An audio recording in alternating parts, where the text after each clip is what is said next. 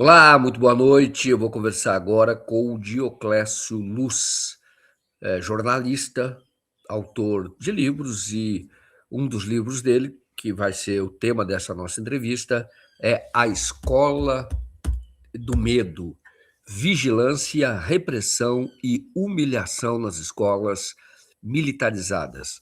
É um livro-reportagem e é muito importante porque hoje vai ser certamente um dos temas, né, em debate na campanha para governador, porque houve um crescimento muito grande dessas escolas cívico-militares, e aí precisamos saber quais são os problemas. Eu já vi várias, já cheguei a fazer postagens, várias situações que não combinam com educação. Quer dizer, você está formando jovens com gritos muito característicos de uma má formação militar, falando de morte, de derrubar pessoas, matar pessoas. Isso é escola. Então, é algo preocupante. Então, eu vou chamar aqui o Dioclésio Luz. Dioclésio, nós estamos gravando este programa, será exibido às 21 horas, está sendo exibido agora às 21 horas, então eu desejo a você uma boa noite, desejo a todas as pessoas uma boa noite. Então eu passo a palavra a você, Dioclésio, para que você nos fale um pouco sobre esse trabalho. O que motivou você a fazer um livro-reportagem denso sobre as escolas cívico-militares? Primeiro, eu quero agradecer, Joaquim, o convite do 247, porque é uma honra estar aqui, né, um dos espaços de jornalismo de qualidade nesse país.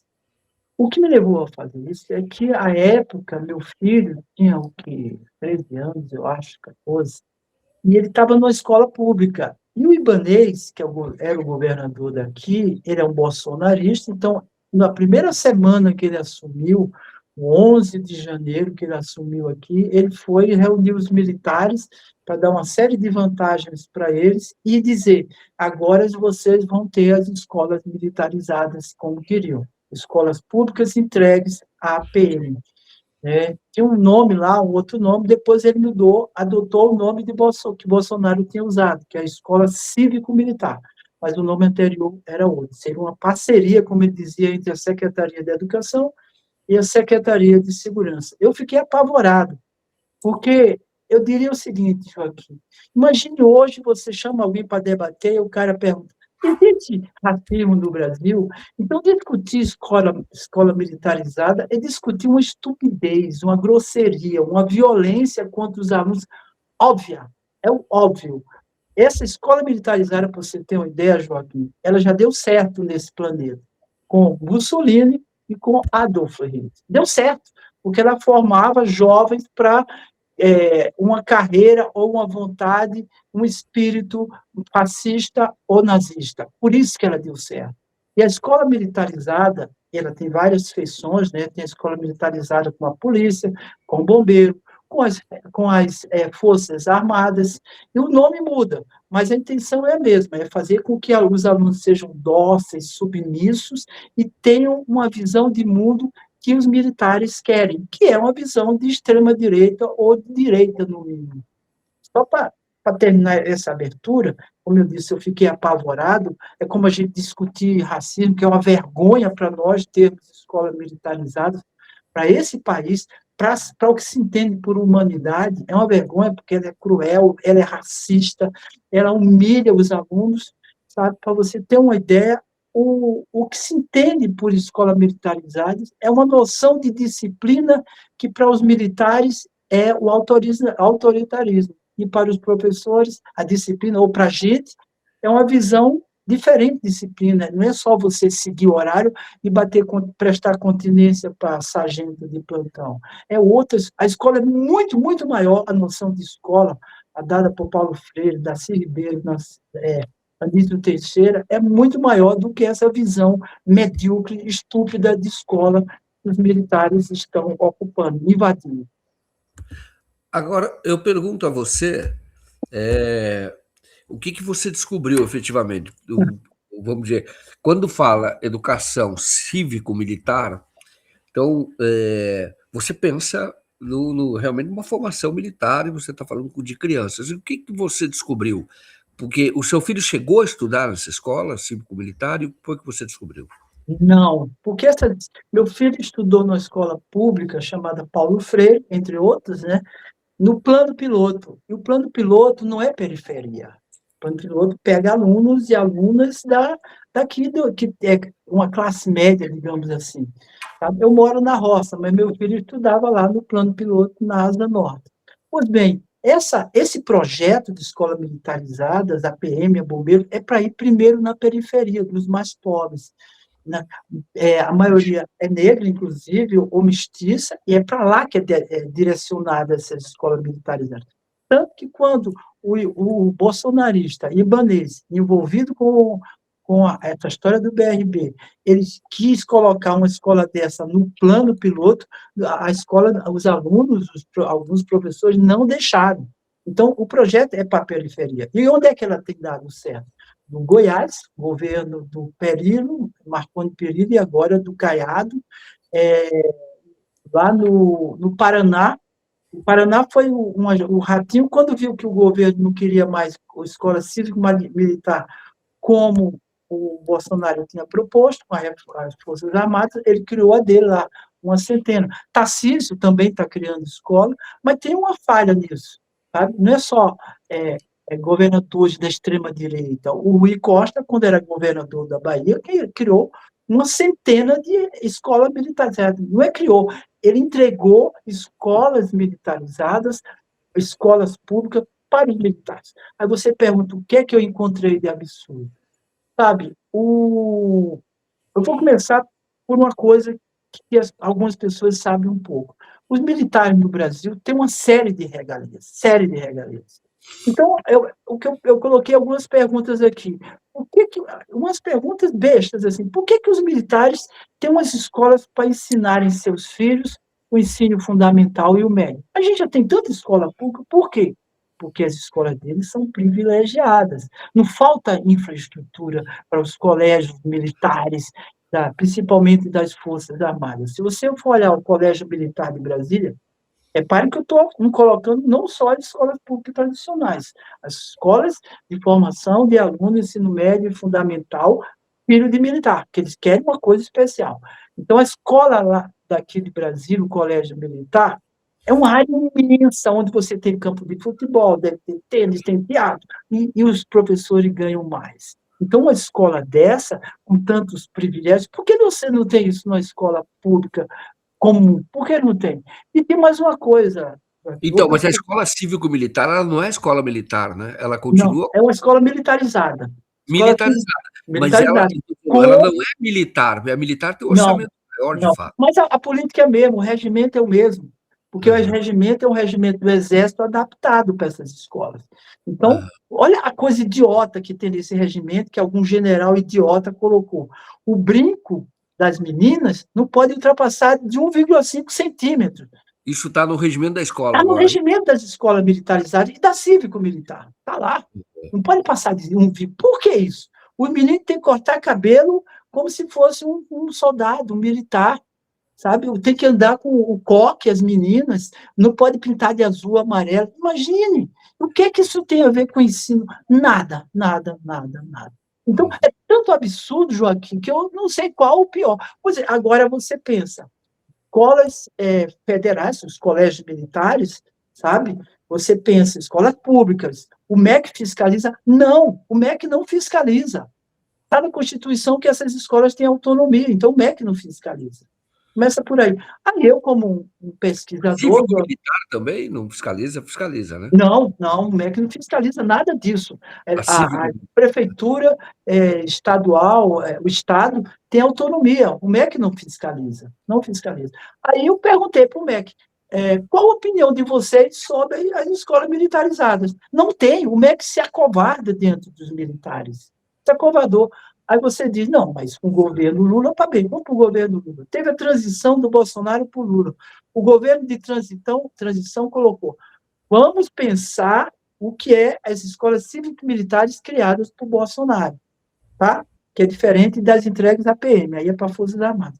E sabe qual foi a resposta? Foi o orçamento fica caro. Não foi o conteúdo que foi questionado, que é o principal. Não foi o que é que está lá dentro, a forma de agir. Porque você quer pegar uma criança de 8, 10 anos, fantasiar de militar, de soldado, prestar continência, fazer ordem unida, isso é humilhar a criança, isso tem nada a ver com ensino, com a educação, isso é uma grosseria, uma estupidez que está sendo aplicada às crianças desse país. Por isso que eu digo, discutir escola militarizada me deixa indignado, porque é como discutir se tem racismo no Brasil. Claro. Não sabe, mas escola militarizada passa e vai em frente. Né? Assim, no dia a dia que você encontrou, você quando fez o trabalho de campo, era o governo Então, Bolsonaro, ainda já era o governo Lula?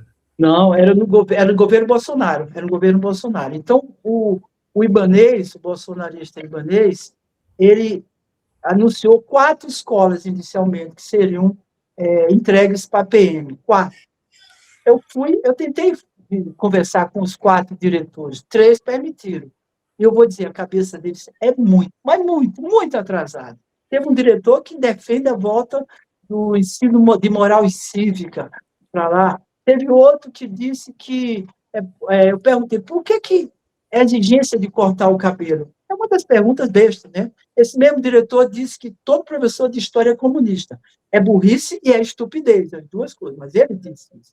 Mas ele perguntou, não, ele respondeu, não, porque você cortar isso vai permitir que ele entre melhor no mercado de trabalho, ele vai trabalhar no McDonald's, onde lá exige isso. Ou seja, o que ele está pensando para essa turma da periferia é que continue na periferia, não aprenda, não saia nada. E eu ainda fui no McDonald's saber. Eu fui perguntar, exige que corte o cabelo? Não, você bota aquela touca. Então, até nisso, né? Até nisso tem uma grosseria, tem uma estupidez. Isso que me disse também foi um coronel que cuida da segurança, da segurança nas escolas, ou melhor, cuida das PM nas escolas. Ele disse a mesma coisa, o mesmo discurso. Vão trabalhar no McDonald's. Ele não quer que essas crianças se tornem professores, engenheiros, médicos, não. Querem que continuem lá na periferia. E, claro, dóceis e submissas. Porque a escola, ela forma um público ou uns apaixonados pela direita ou extrema-direita. E a esquerda não percebe isso, não está valorizando isso.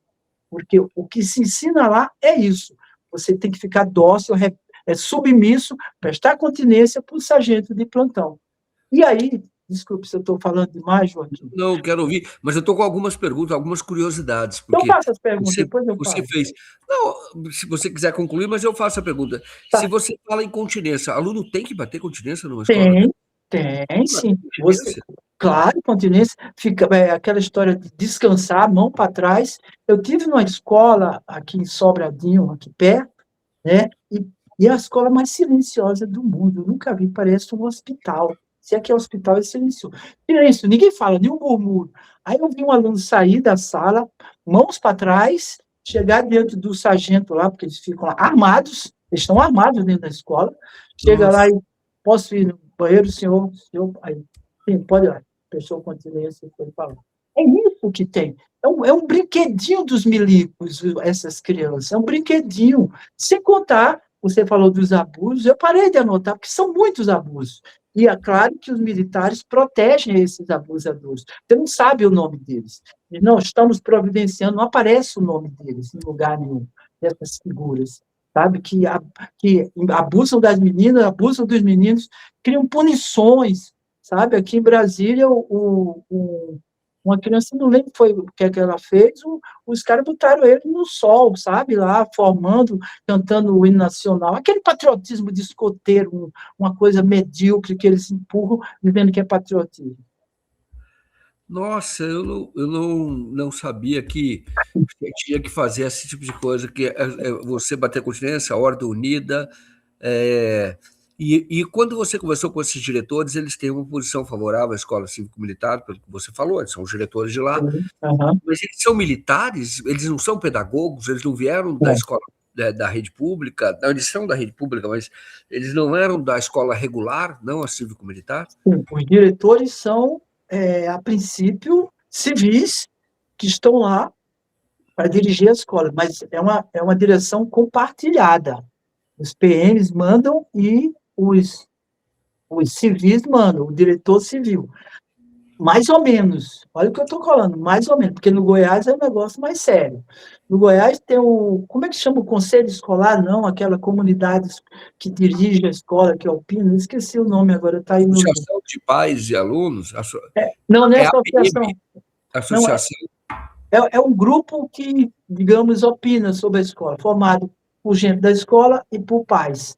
Né? E está lá escrito: ninguém pode dar opinião, ninguém pode se falar para a imprensa, ninguém pode se manifestar sem que o diretor militar dê a ordem. É censura isso. Ele, Minimamente é quer dizer, a censura. autoridade máxima da escola é o militar. É o militar. Claro que isso é enganado, né? O governo do Distrito Federal diz que é o diretor ou que são iguais. Um cuida de segurança ou disciplina e o outro cuida de conteúdo. É claro que os militares não entendem porra nenhuma de educação. Eles não sabem nada. Então, Claro. então por exemplo, e os professores que aceitam isso estão no lugar errado. É o que eu estou dizendo, deviam fazer outra coisa. A maioria é temporária, inclusive. Mas uma coisa importante, os militares dizem que vão levar disciplina. A noção de disciplina dos militares é a noção autoritária.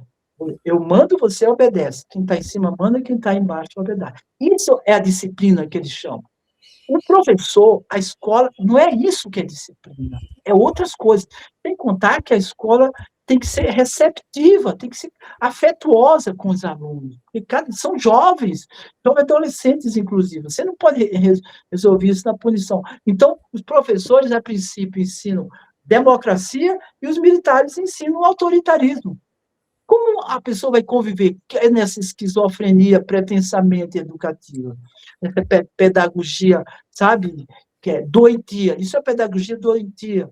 Sem contar que as crianças que vivem lá vivem numa escola do medo, por isso o nome. Porque toda hora o cara não tem o que fazer, o policial não tem o que fazer lá. Não tem. Ele fica: olha, sua camisa está fora da calça, seu cabelo você pintou a pontinha, sua sobrancelha você tá muito grande, seu batom está muito colorido, você tem anel. Todas essas coisas que ele proíbe aos soldados dele é trazido para os jovens. E, agora imagine, por isso que eu digo que essa é uma escola racista. O garoto e a garota afro, nesse momento em que a gente vê a gente luta contra o racismo, lá você não pode usar o cabelo afro, não pode usar dread, não pode usar o black power, não pode, não pode, porque os militares não deixam. Isso tem a ver com a educação? Eu vou dar um exemplo, só o último que eu estou falando demais. Não está falando demais, não, estou achando interessante. Uma professora chegou para mim e contou esse caso. Dessa escola que eu não pude ir. São 4, eu fui em 3. Essa última escola, a diretora não quis me receber. Uma professora de lá me contou. Ela disse: eu tinha um aluno aqui, sabe, muito inteligente, muito estudioso e tal, mas ele tem um cabelo grande. Aí eu fui conversar com o cara da polícia, vamos usar esse termo, né? Disse: olha, o menino lá, ele quer usar cabelo grande, mas ele é um bom aluno, ele faz tudo certo, estuda, faz, conversa. Aí o cara disse: não, não pode, tem que cortar. Mas aí, então ele sai, se não quiser. E saiu. E saiu. Esses milicos não sabem nada de educação. Por isso que eles usam o que aprenderam no quartel, que é o regime autoritário, que não tem nada a ver com a democracia, que é para ser ensinado. Sabe uma coisa importante? Quando você vai para uma escola, você aprende a pensar. Eles não querem isso, os milicos não querem isso. Aprender a pensar, que é o melhor, uma das coisas boas da escola, é você ensinar o aluno a perguntar, a questionar o professor. Os milicos não entendem o que é questionar. Eles não aceitam, acham que isso é coisa de comunista na burrice deles. Então, eu como professor, vez ou outra eu dou aula por aí, sabe? Eu acho bom quando o aluno faz uma pergunta, quando questiona, mas peraí, o que é isso? Os milicos não. O milico disse para mim, um desses sargentos que eu entrevistei, disse: não, peraí, ele tem que me obedecer, não tem que questionar nada. Então, como é que essa figura está dentro de uma escola? Como alguém deixou isso? É alguém que tem ódio da periferia, dos pobres, e querem eles domados, dóceis. E lá no Goiás, o Marconi Perillo falou isso: eu quero essa turma controlada, não quero que eles se tornem no futuro rebeldes, querem todos que formem para estudem para ser flanelinha, é isso que eles querem. Ô, Dioclésio, você falou que quando o Ibanez tentou transformar uma escola regular do plano piloto, que é a área mais tradicional, antiga, ali, aqui de Brasília, né? Aham, E houve uma reação dos pais, é. porque O são plano piloto. mais classe média, mais Aham, conscientes e tal. Houve uma reação e o Ibanez não levou adiante. isso. E agora, nos bairros periféricos, que forma a mão de obra mais braçal mesmo, né? Aham, Esse é fato, as escolas se concentram lá, muito mais dessas escolas cívico-militares. Aí você está dizendo que o Rui Costa, que é do Partido dos Trabalhadores, quando governador, implantou 100 escolas, sem transformou escolas. 100 escolas cívico-militares, o que é Aham, preocupante quando você tem um governo de esquerda fazendo isso. Agora, a pergunta que eu te faço é: para os pais de famílias mais humildes, vamos chamar assim, mais pobres, é, não é positivo? Eu pergunto que eles não acabam aprovando, até pela preocupação que você tem hoje na periferia com o avanço do tráfico, da criminalidade, etc. O que eu quero dizer é se não existe apoio da própria população a isso, uma popularidade dessas escolas. Não significa que elas devam continuar por conta disso, as pessoas se equivocam. Escola é para pedagogia, um ambiente de crescimento, ascensão social, um instrumento de ascensão social. Mas eu pergunto se as pessoas não estão, as famílias não estariam equivocadas. Isso é você que vai me responder com base na tua reportagem. Você não fez uma pesquisa acadêmica, mas você fez aham, uma reportagem, então você pode falar sobre isso. O que você ok. acha? Existe esse apoio da população, sobretudo da população mais pobre? Existe, existe. E é compreensível. Você não tem. Você imagina você, uma pessoa que ganha salário mínimo, sai 5 da manhã, vem para o trabalho no plano piloto ou em outra cidade, volta às 7, sabe? E essa pessoa quer o melhor para o filho. Aí entra o simbólico, sabe? Uma escola, a educação é uma forma deles não terem essa vida, ter uma vida melhor. E Exato. aí o olhar dele se volta muito para os colégios militares, como das Forças Armadas, onde é uma riqueza, é um luxo, tem muita grana, então não falta, tem tudo isso, sabe? E tem a segurança, né? A segurança. É um equívoco, porque esses colégios da rede pública, quando são entregues para os militares, não recebem mais dinheiro, dá muito, os militares recebem grana a mais, não aumenta o salário dos professores como os militares recebem, mas ele não recebe benefícios, etc. E a segurança não melhora, porque uma coisa que a propaganda dos bolsonaristas, dos fascistas em defesa dessas escolas, é que a escola vai ter segurança. Sempre. Eu vi um estudo feito aqui da Secretaria de Segurança Pública, eles são tão burros que disseram que isso aqui era uma prova de que a segurança melhorou. Não, lá diz que não melhorou. Continuam os furtos. Eu fui aqui na Estrutural, que é uma área periférica aqui de Brasília, sabe? Eu me assustei porque tinha umas 10 ou 20 viaturas dentro da escola. Eu digo, o que é isso? Sabe? Agora, tem uma coisa que eles não falam. A segurança, a escola, ela manifesta a sociedade, manifesta a comunidade que ela vive. Se a comunidade é violenta, elas vão levar isso para a escola. Então, não adianta você chegar na escola e tentar resolver isso lá. Você tem que resolver na comunidade. E a polícia não quer fazer isso. A segurança não quer fazer isso. Embora a Constituição diga que segurança é um dever de Estado, ela funciona no plano piloto. Você tem policial para tudo que é lado, coisa e tal, com licença, sem senhor. Na periferia não é assim. O Gessé de Souza, que você deve conhecer, certa vez ele falou, o problema não é só o Estado na periferia que está falando, é a democracia. E os caras, quando estão na periferia, eles encostam o negro e dizem, vamos lá, você já roubou, você tem... É assim que conversa com o negro. Não por acaso essa polícia do Brasil, de cada 4 que são mortos pela polícia, 3 são negros. Isso é uma polícia racista. E vai ficar por isso mesmo. Essa é a polícia que chega nessas escolas. Ele não sabe lidar com isso. Eu perguntei, está aí no livro, perguntei para o coronel que cuida, né, desses policiais, eu disse, vocês levaram em conta que esses alunos são periféricos, que a maioria é negro ou mestiço? Não, é tudo aluno.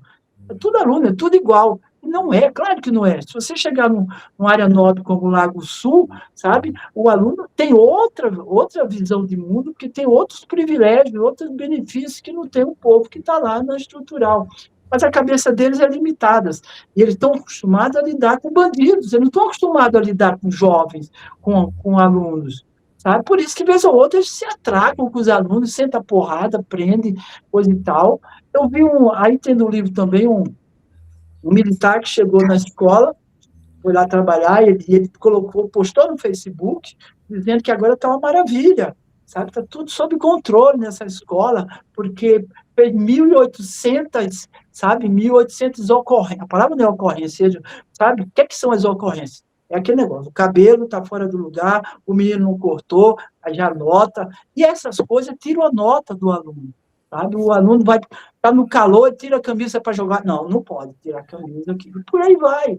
Então, esses caras são completamente despreparados. E, para terminar, é uma farsa tudo isso. É uma grande mentira. É uma estupidez. Para terminar, eu lembro que os professores entraram na escola para ensinar moral. Eu perguntei, moral? Kant, Hegel, Nietzsche, né?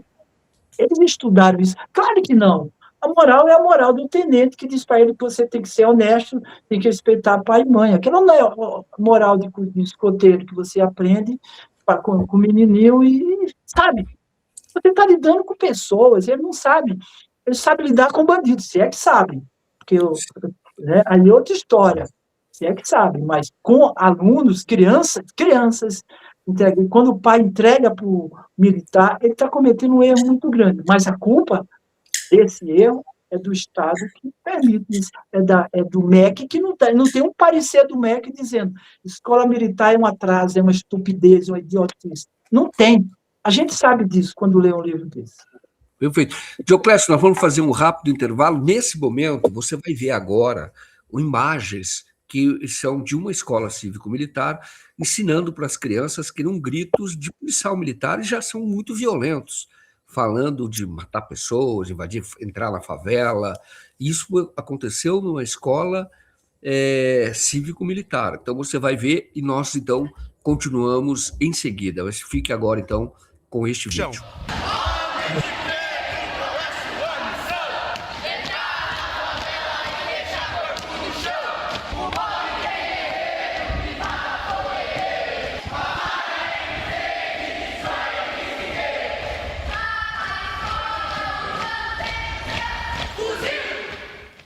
Bom, estamos de volta, então, aqui ao Boa Noite, a entrevista, e eu estou conversando com o Dioclésio Luz. Então, vocês acabaram de ver o vídeo do que aconteceu nessa escola, então chamo aqui o Dioclésio. Dioclésio, de volta, né? Opa!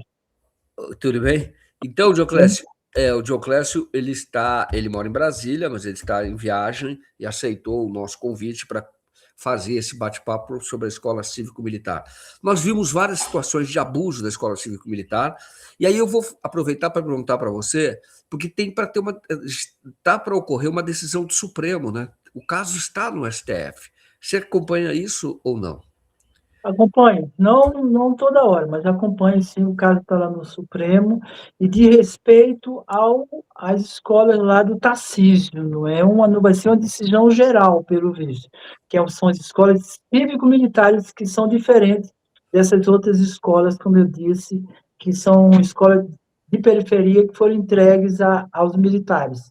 A diferença principal é que essas escolas do Tarcísio arrumando um bico, um jeitinho lá para um empreguinho para os militares da reserva, das Forças Armadas. Essa é a diferença.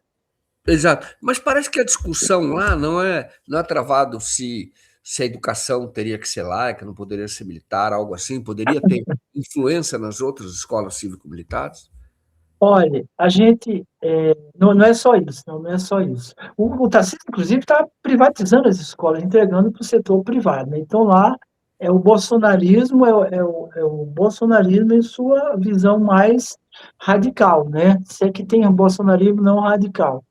Mas o que a gente tem esse, é o interesse de arrumar emprego para policial militar, que ganha um dinheiro a mais, emprego não, um bico, né? E para os das Forças Armadas, que vão para a reserva e arranjam um bico de ficar lá dentro sem fazer nada, a não ser brincar com os meninos, fazer dos meninos e meninas como soldadinho de chumbo, fantasia de soldado e bota para prestar continência. Que absurdo. Quer dizer que existe mais de um modelo que você está falando. Tem um modelo que é do Distrito Federal de um jeito, Goiás é de outro jeito, São Paulo de outro jeito, é isso? Mais ou menos, porque o regimento é o mesmo, é o regimento do Exército. Então, digamos, a forma com que eles tratam é similar. O que muda, às vezes, é o controle. Por exemplo, em Brasília, não é tão descarado o comando dado à Polícia Militar, ou bombeiros, porque os bombeiros também têm escola, né? Então, eu tenho pelo menos, vamos ver se eu consigo clarear isso, que é confuso mesmo. Primeiro, escolas públicas entregues para a Polícia Militar, onde elas mandam e tem um diretor civil. Escolas públicas que são entregues a bombeiros, onde o Corpo de Bombeiros manda em tudo. E escolas militares das Forças Armadas, os chamados colégios militares, mas todos eles têm essa mesma coisa, o cuidado em tratá-los como se fossem soldadinhos, fantasia de soldado, bota uma fardinha, corta o cabelo e presta continência para o sargento de plantão. Todos são métodos que deram certo, eu volto a dizer, quando Hitler comandava o país, quando Mussolini comandava, deu certo. Aqui, você não encontra, viu, Joaquim? Você diz, tá, você está viajando, coisa e tal, alguém deve valorizar isso. Você não encontra nenhuma academia, nenhum colégio, nenhuma faculdade, eu não encontrei, procurei tudo, deve ter talvez algum cara desorientado que defenda isso. Mas, no geral, nenhuma faculdade defende essa coisa chamada escola militarizada. Seja colégio militar, seja cívico-militar, seja compartilhado, não importa o nome. É o mesmo desastre da educação. Quer dizer, aí eu vou entrar. Quando você. O livro que você fez, você descreve alguma situação do dia a dia das escolas, não? Sim, sim, eu descrevo, sabe? O que eu disse, eu já falei, o que mais me assombrou é que você chega numa escola, você vê a gritaria das crianças, a boa gritaria, sabe? As crianças estão vivendo, estão brincando, estão pulando. Na escola militarizada é o silêncio da caserna, é o silêncio do quartel, é o silêncio da cadeia. Ninguém fala, sabe? Se vai falar, tem que pedir autorização para o sargento. E aí você pensa, e o que está se ensinando lá dentro? Imagine, a gente está em Brasília, onde a Polícia Militar orientou, acolheu com carinho aqueles bolsonaristas que foram destruir os símbolos da República, sabe? Receberam com o maior carinho, os caras quebraram tudo. E repare, não sou eu que estou inventando. As imagens mostram isso, e a cúpula dessa PM, que está nas escolas, hoje são 15 ou 20, eu não sei, sabe? A cúpula da PM foi toda em cana, porque eram golpistas. Então, o que é que eles estão ensinando lá dentro? O que eles estão ensinando? Imagine, coisa doida. Eu vou dizer mais, Joaquim. Quando você chega numa escola, uma escola boa, uma escola de qualidade, pública, uma escola minimamente escola, ela ensina as crianças a pensar. Essa é uma boa escola, uma escola minimamente escola. Aí você pensa, como é que você vai fazer isso? Provocar debate, discussão. Mas eles podem discutir racismo lá dentro? Eles podem discutir a polícia? Eles podem discutir o exército, porque se ele for discutir a polícia lá na escola dessa daí, vão ser presos, todas as crianças vão em cana. Porque não pode dizer lá que a polícia foi cúmplice dessa bandidagem dos golpistas, que está tudo em cana. Sabe? Ou então você vai discutir o exército. Se eu chego lá e digo, olha, pessoal, o primeiro golpe do Exército foi em 1989, constituiu a República. E teve outros, uma dezena de golpes que o Exército fez. Sabe? Eu posso falar do Arraial de Canudos, quando o Exército massacrou, matou 20 ou 25 mil pessoas, não sobrou ninguém. Posso falar isso lá? Eles vão deixar? Não, por isso que ele diz que história é coisa de comunista, a história não pode ser revelada. Professor de história lá, não sei se você é da história, Joaquim, ou é só do jornalismo, não sei. Eu gosto muito de história, mas não sou Então, muita professor informação. de história vai levar porrada, ou vai em cana, não pode entrar nessas escolas, não pode. Está sob o olhar deles, vigiado. É esse, Não, pô, é isso. do ponto de vista prático, você entende, por exemplo, você claramente não está ensinando as crianças a pensarem. É difícil ter mobilidade social numa escola dessa, entendeu? Uhum, Muito difícil. claro. Tem que ter autonomia de sair de lá alguém que com vocação para as artes Isso. efetiva, entendeu? Então, eu digo que isso é que faz a riqueza do ser humano, né? Então, aquele que pensa criticamente, ele pensa, e ele pode mudar, transformar o mundo. O que eu pergunto para você é o seguinte: agora, do ponto de vista pragmático, será que não tem estudo sobre isso ainda, mas prepara para o vestibular, por exemplo, a pessoa que vai depois ir para uma faculdade, vai passar na universidade pública, vai se libertar, vamos chamar assim, passando por esse funil do vestibular. Pode, Joaquim, pode preparar para o vestibular. O colégio militar é tão esperto, o colégio das Forças Armadas, Não, porque esse é bom, eu diria, esse é diferente, é uma é, opção, não mas é eu vou isso? chegar lá. Não, eu vou chegar lá. O colégio militar foi tão esperto que a UNB tem uma entrada, tem cotas para alunos de escola pública. Imediatamente o colégio militar mandou: a gente é escola pública, a gente é o luxo, a riqueza, tem tudo a escola pública. Então, existe uma cota para eles também. Tá? Mas eu vi, sim, colégios de periferia onde os alunos estudam e podem passar no vestibular. Podem passar, claro, né? Porque os militares acreditam naquele sistema bancário, como dizia Paulo Freire, ou seja, uma escola que empurra a coisa e você engole e repete. É isso, papagaio, maritaca, sabe? É essa a noção de escola. Os alunos têm que ter números bons do Fundeb. Não é acolhimento, porque a escola é principalmente acolhimento. Você tem 20 crianças que vêm da periferia, ou 30, cada uma é uma cabeça, sabe? Elas querem primeiro ser acolhidas, elas não querem porrada, não querem mais punição, elas querem ser acolhidas. Então, com certeza, você mudaria o social e a cabeça se você pensasse nisso, mas ocorre que até professor não está preparado, muitos professores não estão preparados, nem querem isso, entender que eles têm que aprender a lidar com essas crianças de periferia, que têm um conhecimento da internet, tem pouca relação com a cultura. Imagine, você tem a escola que eu fui que as pessoas, a meninada mal sabe o que é um livro, porque não tem o costume de ler o livro em casa, etc. Faculdade não sabe disso. E essas escolas, elas cristalizam essa maldade, a ignorância. Não vamos aprender mais do que isso. Aprende o que é raiz quadrada, o que é logaritmo, que eu não descarto, que faz pensar, mas é isso, é aquele conhecimento padrão que eles querem empurrar para os alunos. Não é a visão de mundo. A noção de patriotismo dele, por exemplo, é cantar o hino nacional, ficar diante da bandeira, prestar continência para o sargento. Isso é a noção de patrimônio, de patriotismo. Não é a pessoa pensar, aconteceu corrupção, vamos discutir corrupção aqui, o que é que é. Quem são o que é que se faz corrupção? Vamos discutir a lei, vamos discutir. Isso não tem lá. Que seria patriotismo? Formar cidadãos e cidadãs. Não tem. Então, o pai, se tiver um pai e mãe ouvindo que tem criança na escola, eu queria dizer, olha, eles não estão formando, isso não é disciplina, e não estão formando cidadãos, eles querem formar besta quadrada. Seu filho não é, mas é o que eles querem. Formar crianças que não pensem.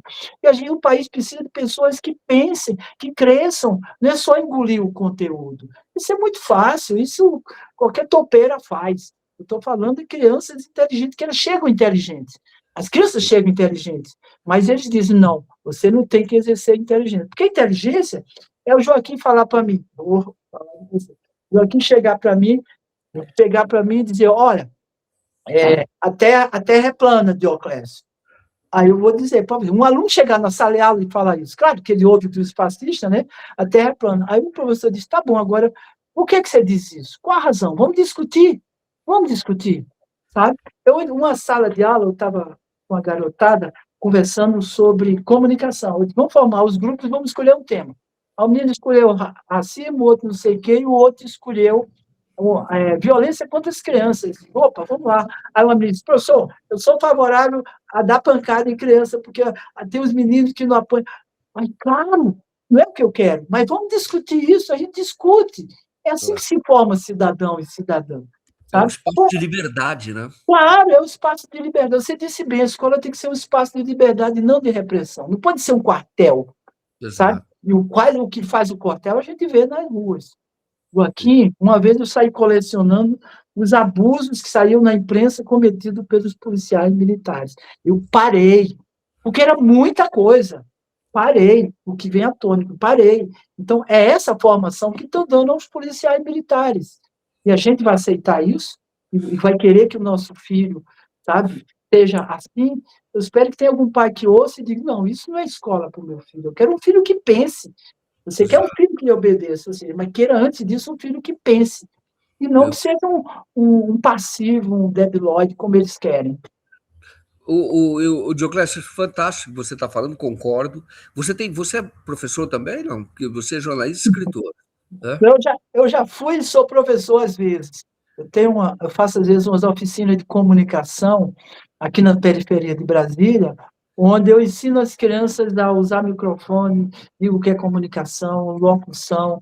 A gente faz uns programas, muitos programas de rádio, escolhendo temas que eles querem. Então, tem uma música, eles têm que ouvir algumas músicas diferentes, não só o que eles ouvem, eles conhecem música, sabe? E escolhem um tema.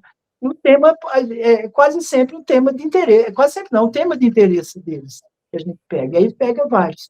Então, aí É, eu sou professor, aí eu escuto as crianças. E aprendo, viu?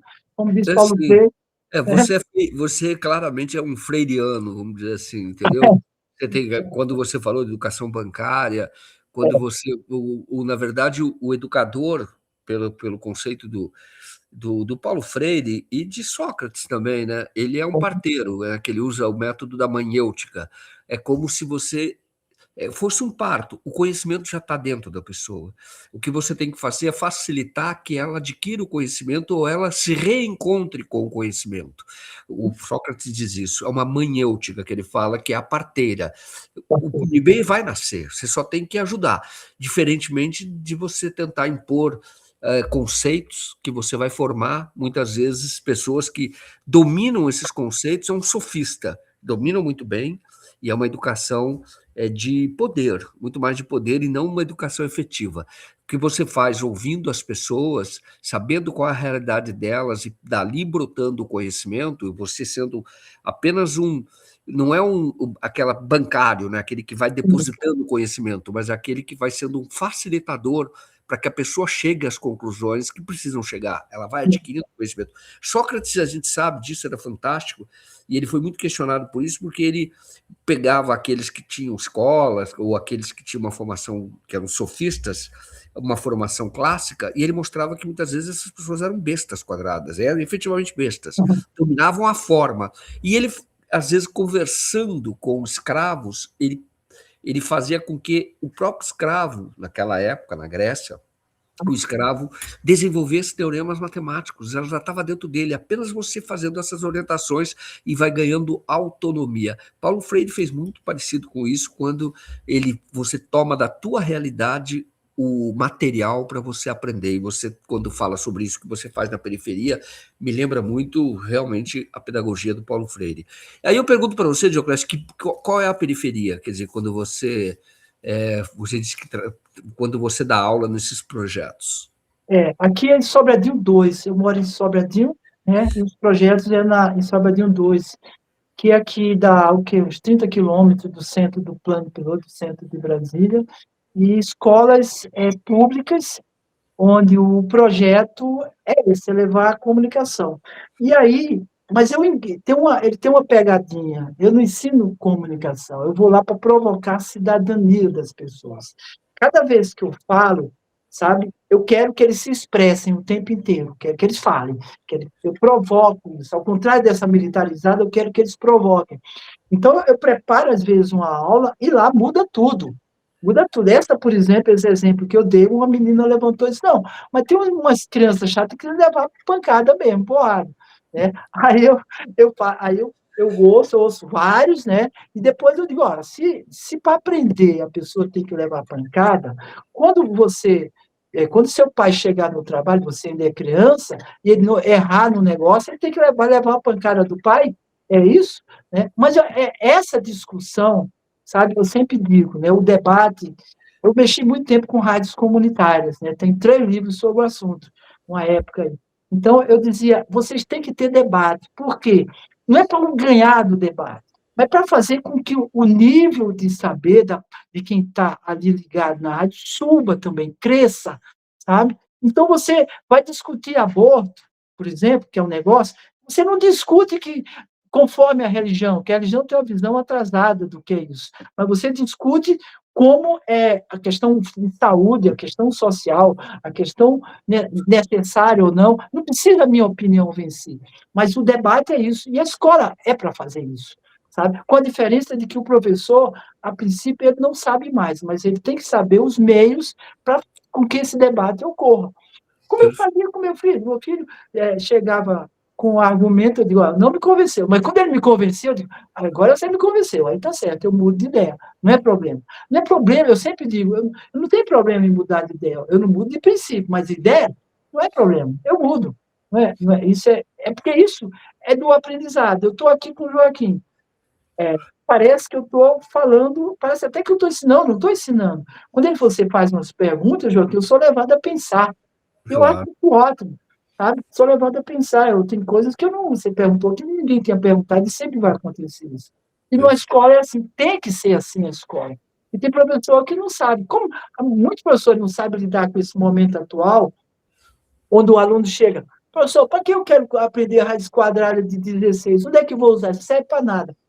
Essa é uma resposta que o professor tem que ter, como outros. Aí, um professor me disse, olha, quando a gente vai ensinar raiz quadrada para um aluno que estuda sociologia, por exemplo, é porque a gente quer que ele pense.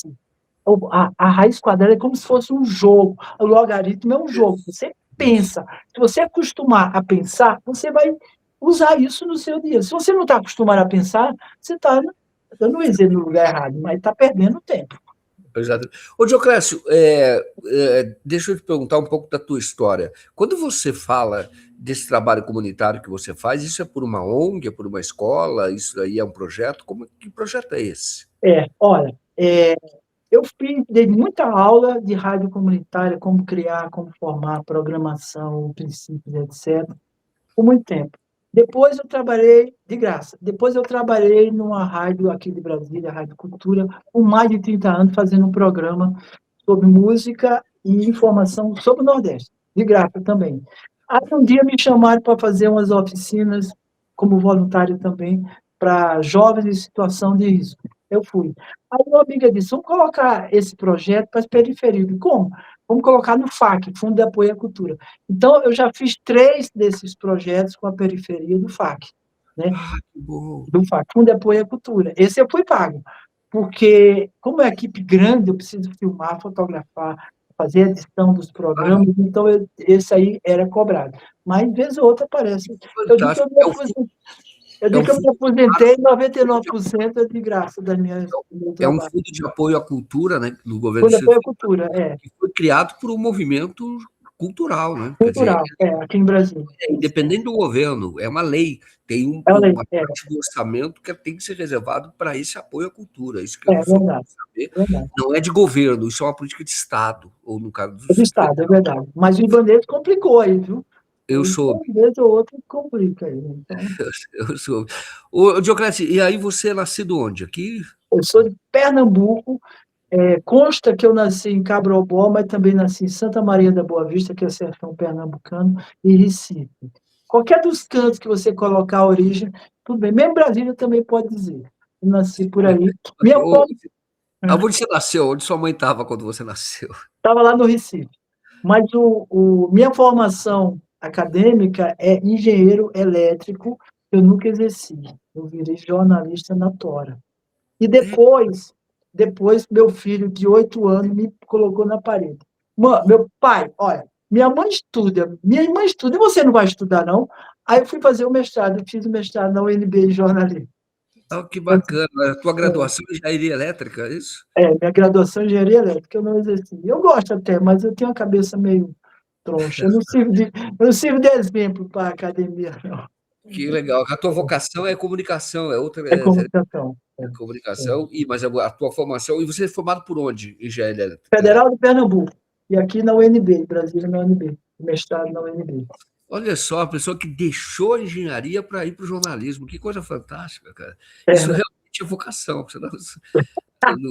É vocação. Estou dizendo para você, isso você faz, você pode chamar vocação, é vocação, mas pode chamar de amor, uma coisa que você realmente quer se dedicar a isso e pela sua história é o que você faz. Fantástico, cara. Bom, Mas e lembro quando. que eu já fiz também teatro em São Paulo, Aham, com um grupo que chegou a estrear no Tuca, o famoso Tuca, sim, uma peça que aham. eu acho que tinha 3 pessoas no primeiro dia e 5 na outra, encerrou a carreira desse grupo. Né? Como ator, eu sou péssimo, mas eu me candidato a dramaturgo, escrever peça. Já fui fotógrafo também, entre outras coisas. Eu não fui jogador de futebol porque eu era meio ruim, assim, não bom. Então. E você. Mas você já escreveu alguma peça? Uhum. Já foi montada em Brasília. Ela foi montada.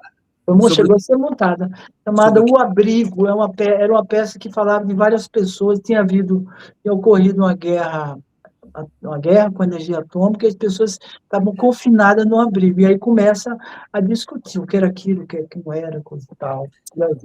O Dioclésio, ele tem um outro livro que fala sobre a experiência nuclear do Brasil, né?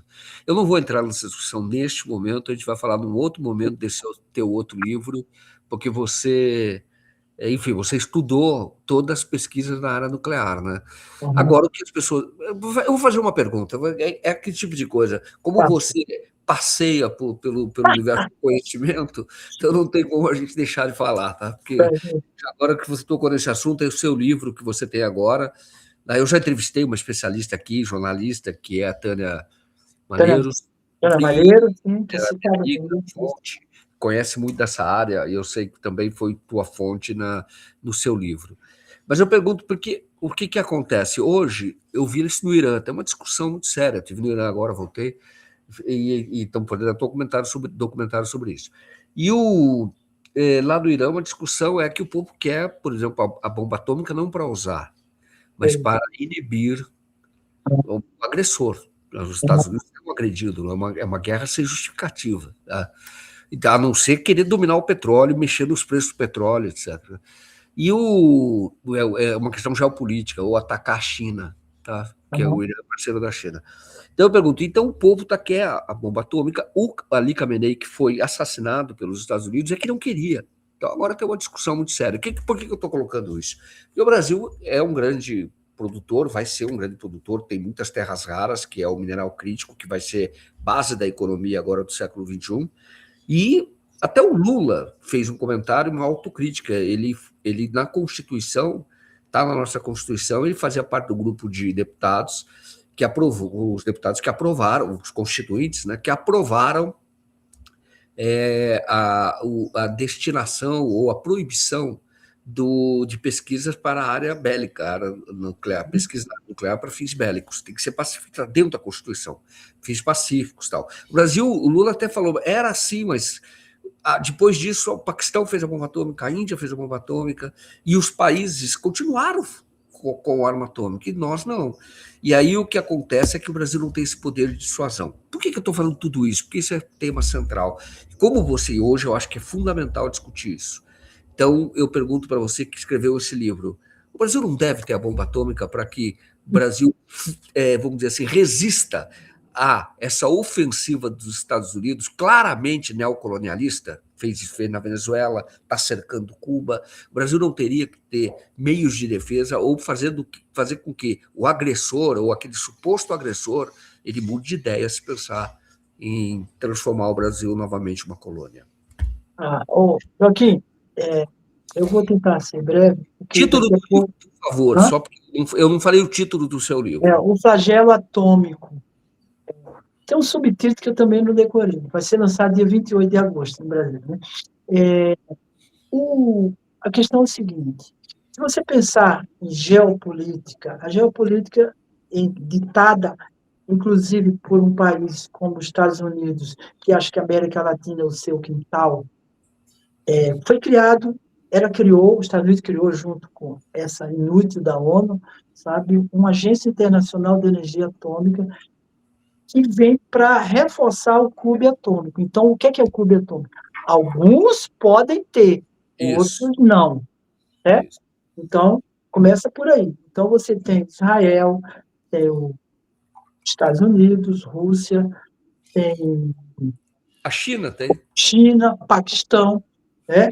Bom, agora, entre outros, sei lá. Aí, essa energia... A França também tem, a França fez. França tem, claro. França tem. Grã-Bretanha tem. Então, esse clube diz, nós temos, ninguém pode ter mais.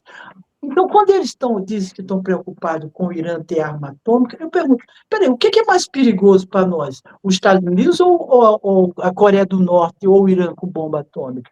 São dos dois que causam risco para a gente. Porque são armas dissuasórias. E tem uma coisa, Joaquim, antes de chegar ao centro da bomba atômica nossa. A bomba atômica não é para ser explodida mais. Porque Isso. quando você explode, quando a pessoa, o inimigo, os Estados Unidos joga uma bomba, foi o único país que fez esse ato terrorista no mundo, ninguém disse. Está lá Exatamente. no livro. Ato Civil. terrorista, civil. Isso. Né? Quando eles jogam uma bomba, o lugar não presta mais para nada por muito tempo. Então, o que é que eles vão saquear? Porque os Estados Unidos, quando faz uma guerra, é para saquear, para roubar, não só os Estados Unidos. É para roubar, não é disputa de território. Então, é assim que funciona. E o Brasil, você pense, o Brasil tivesse. Está lá na Constituição que não pode ter isso, mas permite-se ter um submarino nuclear que vai ter, a princípio, ogivas, tá? A princípio. Esse negócio está camuflado. No livro eu tento descrever isso, que foi esqueci o nome, era um deputado da área ambiental que tentou colocar um negócio mais incisivo e não colocou. Mas se o Brasil tem a bomba atômica, quem é que vai controlar? Imagine o Bolsonaro com a bomba atômica na mão. Ele ia entregar tudo para os Estados Unidos, na hora. Começa por aí. Ia levar de presente para eles. Certo? Mas imagine, esse exército brasileiro com bomba atômica, sabe? Esse exército que começou a fazer golpe em 1989 e não parou mais. Dá para confiar nessa gente?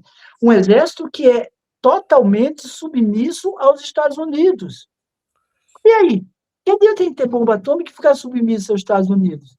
Qual país que pode invadir hoje o Brasil? Os Estados Unidos, não é outro. Qual é o Sim. nosso perigoso? Pode ser os Estados Unidos que pode invadir. Eles invadiram a Venezuela, sequestraram o Maduro, que é ilegal, sabe? É completamente imoral, indecente, é coisa de bandido, que é o Trump.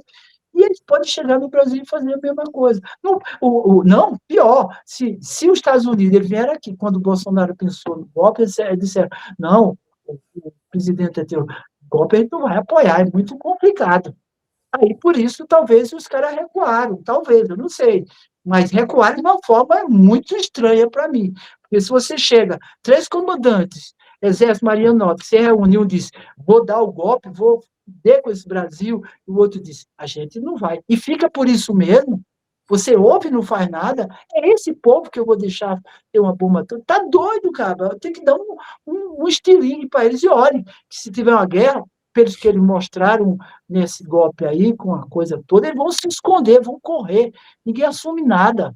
Então, eu sou contra por causa deles, por causa desse povo. A bomba atômica que foi testada aqui, que o Collor fez todo aquele carnaval, jogou no Isso. buraco, como é que é o Chegou a nome? ser testada, né? Eles estavam preparando para testar isso. Estava em teste, era um buraco de teste. Aí você Isso. pergunta, ele disse que não teve nada disso. Eu mandei pergunta pela lei de acesso à informação para esse livro. Nada, nada, disse que não houve nada, nada.